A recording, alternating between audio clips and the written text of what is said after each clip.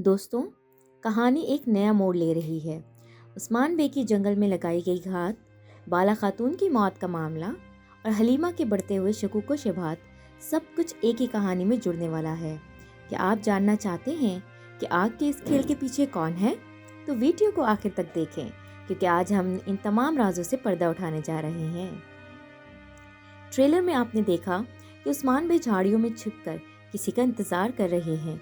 सवाल यहाँ पे ये पैदा होता है कि वो किसके लिए घात लगाए बैठे हैं। हकीकत तो ये है कि उस्मान बे को मालूम हो चुका है कि बाला खातून को कत्ल करने वाली बेगम खातून थी।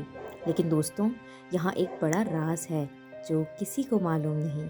नाज़रीन को यकीन था कि बाला खातून मर चुकी है, लेकिन हकीकत कुछ और ही है।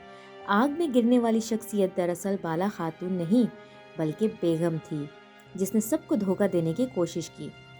हैरत अंगेज तौर पर हलीमा को हकीकत का इल्म हो चुका है और वो बाला खातून को एक खुफिया जगह पर छिपा रही है। मगर सवाल ये है कि क्यों? क्या हलीमा को कोई ऐसी याद आ रही है जो इस कहानी को मज़ीद पेचीदा बना देगी? हलीमा को बार बार यादें सता रही हैं, जैसे वो बाला को पहले भी किसी और रूप में देख चुकी हो। क्या ये महज एक इत्तेफाक है या इसके पीछे भी कोई बड़ा राज छिपा है? दूसरी तरफ शहंशाह के दरबार में एक ज़लज़ला आने वाला है। सोफिया ने शहंशाह को एक ख़त भेजा है जिसमें बताया गया है कि लुकास को उस्मान बे ने कत्ल कर दिया है। लेकिन शहंशाह खामोश नहीं बैठेगा। वो बर्शा की हिफाजत के लिए एक नए और ज़्यादा ख़तरनाक कमांडर को भेजेगा। दोस्तों, जल्द ही किस्त नंबर 181 या 182 में एक ताकतवर दुश्मन का दाखिला होने वाला है जो उस्मान बे के लिए मज़ीद मुश्किलात खड़ी करेगा। ये कमांडर कौन होगा?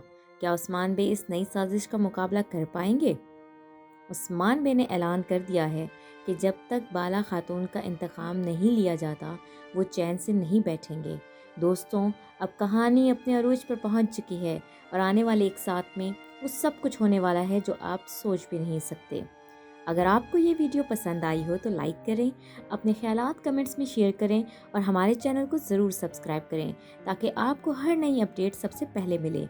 मिलते हैं अगली वीडियो में, तब तक के लिए अल्लाह हाफिज़।